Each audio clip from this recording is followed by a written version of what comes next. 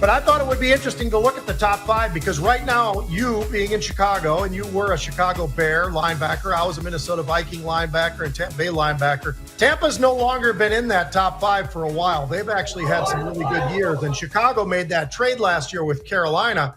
Carolina decided to go after a very, very small quarterback with small hands and everything else, and that didn't go so well. Now they're debating again, should they go with the quarterback down in Chicago this time? Caleb Williams, maybe.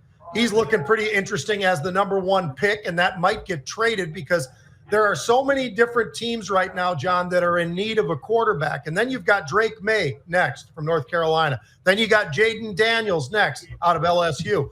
You've got 3 quarterbacks that people are projecting to be the first 3 quarterbacks to be taken in the draft. And you've got Atlanta, the Raiders, the Vikings, Washington, New England, Giants, and Pittsburgh. All of them need a quarterback. And I don't think that the Bears are going to take that pick. I think they're going to trade down. They've already got the 9th pick anyway, so they can take whomever it is that they choose to be their top pick there. But somebody's going to want to move up because Caleb Williams, whether or not we like him, don't like him, whatever. So my question for you is, if you're the GM of the Bears, do you trade it or do you take Caleb and say, you know what, I'm going to get a lot of draft capital. I'll just get rid of our present quarterback and see what I get for him, Justin Fields. What would you do? You bring up that big point, Pete, that obviously, especially with a team as cheap as the Bears, notoriously cheap. I mean, Dick Butkus said they throw around nickels like manhole covers. Or that might have been Ditka. I'm not sure which.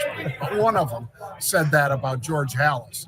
And he still loved both guys. He hated them for a while, but he came back to love them. And they are notoriously cheap. If you draft Caleb Williams, like Pete said, folks, the part that he understands so well is that you've got a salary cap. You've also got a salary minimum. If you don't spend it, they take it. So you could create some salary cap move by moving Fields, who's going to want big money, probably hasn't had the performance that deserves the big money, but you could trade him now.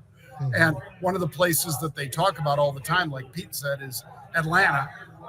They need a quarterback. Shoot, in my mind, Pete, the Patriots need a quarterback because I don't think Mac Jones is the guy.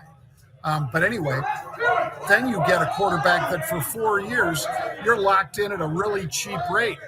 And he can bitch and moan all he wants about. He wants to own the team. He wants to be paid, whatever, Mahomes money. You don't get Mahomes money until you've been in the league for 4 or 5 years, Pete. Then you get that big contract.